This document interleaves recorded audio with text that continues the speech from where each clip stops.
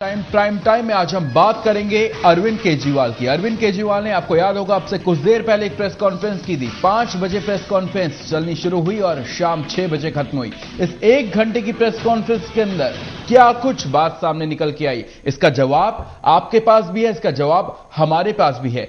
सोचने का जरिया अलग अलग है, नजरिया अलग अलग है। आज की इस खास प्राइम टाइम डिबेट में हमारे साथ मौजूद हैं मयंक जी। मयंक जी, आपका बहुत बहुत स्वागत है। मयंक जी वरिष्ठ पत्रकार हैं और आज की इस खास डिबेट में हम आपको दिखाएंगे क्या कुछ आज नया खुलासा हुआ। एक खुलासे से पहले बड़ा खुलासा हुआ। वो बड़ा खुलासा करने वाली शख्स का नाम एनी कोहली। क्या कुछ उन्होंने कहा अंजलि दमानिया को लेकर और केजरीवाल के ऊपर उन्होंने क्या कुछ आरोप लगाए, ये सब कुछ हम आपको बताएंगे। प्रेस कॉन्फ्रेंस में भाजपा की क्या कुछ बात निकल के आई और किस तरह से केजरीवाल आज फुस पड़ गए, इस पे भी हम विस्तार से चर्चा करेंगे। सबसे पहले मैं आपके पास आना चाहूंगा मयंक जी, आप आज की प्रेस कॉन्फ्रेंस आपने देखी, आप इस प्रेस कॉन्फ्रेंस के क्या कुछ मायने देखेंगे? काफी दिनों से ये लोग ये प्रेस कॉन्फ्रेंस करना चाह रहे थे। इन्होंने पिछले हफ्ते भी कहा था कि वो एक बहुत बड़ा खुलासा करेंगे, फिर वो पोस्टपोन करते गए और उन्होंने एब्रप्टली कांग्रेस के खिलाफ जो मूवमेंट उनका खड़ा हो गया था उसको खत्म करके जी ये सडनली प्रेस कॉन्फ्रेंस जो की है,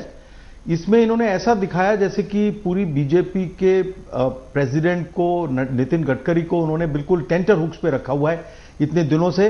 और इतने दिनों से देश वो सोच रहे हैं कि मेरा क्या होगा, एक सस्पेंस बनाया रखा जी। तो उसके बाद जब प्रेस कॉन्फ्रेंस चली और इन्होंने अपने जो सबूत हैं वो पेश किए, पहले तो यही बोल दिया कि जी सबूत हमारे पास है ही नहीं, वो हमारी वेबसाइट पे लगे हुए हैं। उन्होंने अपनी हर बात को डाइल्यूट किया। तो आप क्या कुछ मानते हैं आज बिना तैयारी के होती थी टीम केजरीवाल? क्योंकि इस जो प्रेस कॉन्फ्रेंस में हमने खास बात देखी वो ये बात थी कि इसमें आरोप जो थे वो बेबुनियाद आरोप लगाए गए थे, उन आरोपों में कोई दम नहीं था। केजरीवाल ने तो कभी भी तैयारी नहीं की। देखिए, जो तैयारी होती थी वो जैसे कॉमनवेल्थ गेम्स में जो करप्शन का खुलासा हुआ था वो मीडिया ने किया था जी।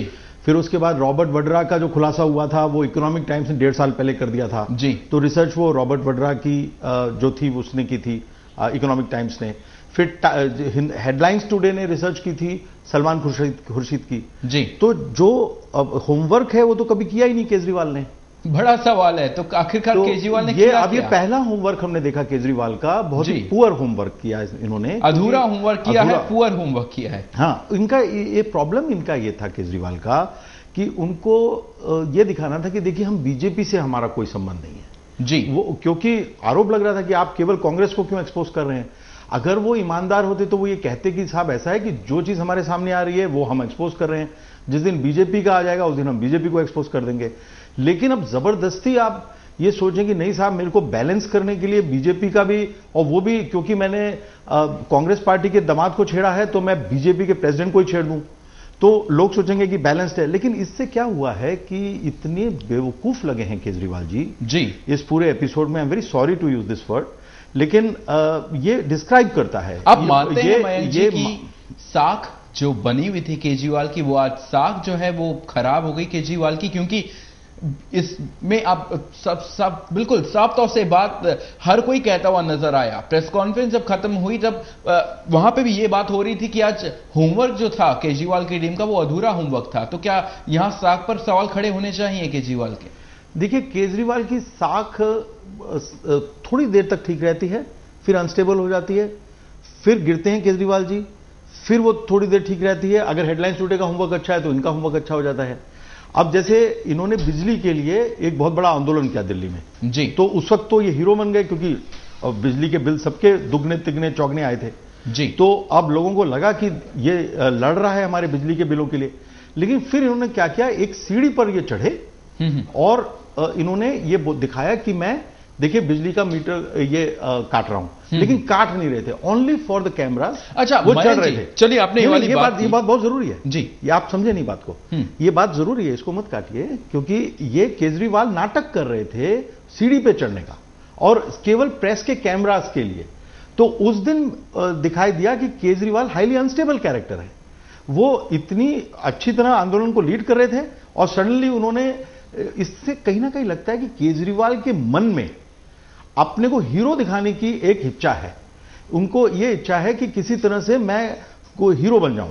उन्होंने अन्ना की टोपी छीन ली, अन्ना की टोपी थी। पहले बार जब उन्होंने टोपी छीनी अन्ना की, उस पर यह नहीं लिखा था मैं अन्ना हूं, जब उन्होंने अन्ना से अलग हो गए, उस पर लिखा था मैं केजरीवाल हूं। कई लोग पहने हुए थे, केजरीवाल ने नहीं पहनी थी वो टोपी, केजरीवाल के कुछ एसोसिएट्स को केजरीवाल ने पहनवाई थी, शायद उन्होंने पहनवाई थी, मैं केजरीवाल हूं। अब मैंने खुद देखा था वो टेलीविजन पर जी। अब उस टोपी पे लिखा है मैं आम आदमी हूं।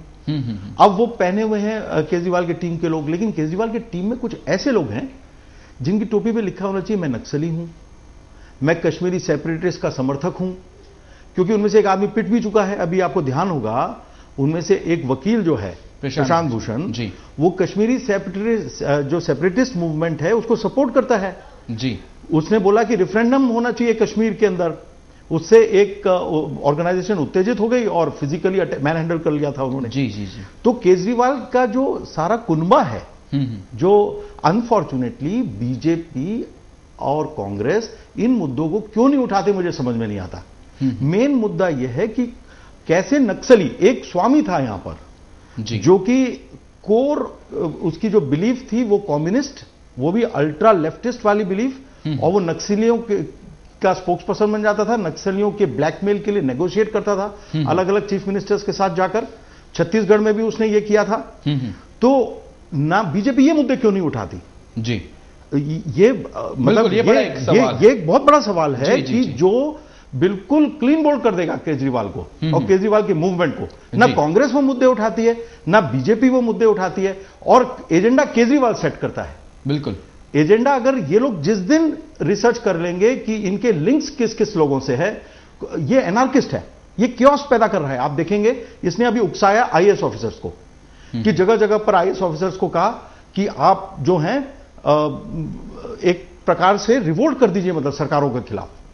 तो अगर इस तरह से आप करप्शन के इशू को सॉल्व करेंगे, इस देश का मीडिया बहुत स्ट्रांग है, इस देश में डेमोक्रेसी बहुत स्ट्रांग है, आपके अखबार हैं, इतना सब कुछ है, वो एक्सपोज करने के तरीके हैं, लेकिन आप एनार्की थोड़ी पैदा कर देंगे देश में। बिल्कुल, बिल्कुल। कोई भी डील नहीं हो पाएगी, कोई भी डैम नहीं बन पाएंगे, कोई सड़कें नहीं बन पाएंगी अगर आप इस तरह से करप्शन को उठाएंगे, इस मुद्दे को। चलिए, मेरे साथ मेरे संवाददाता बालाजी भी जुड़े हुए हैं। बालाजी, इस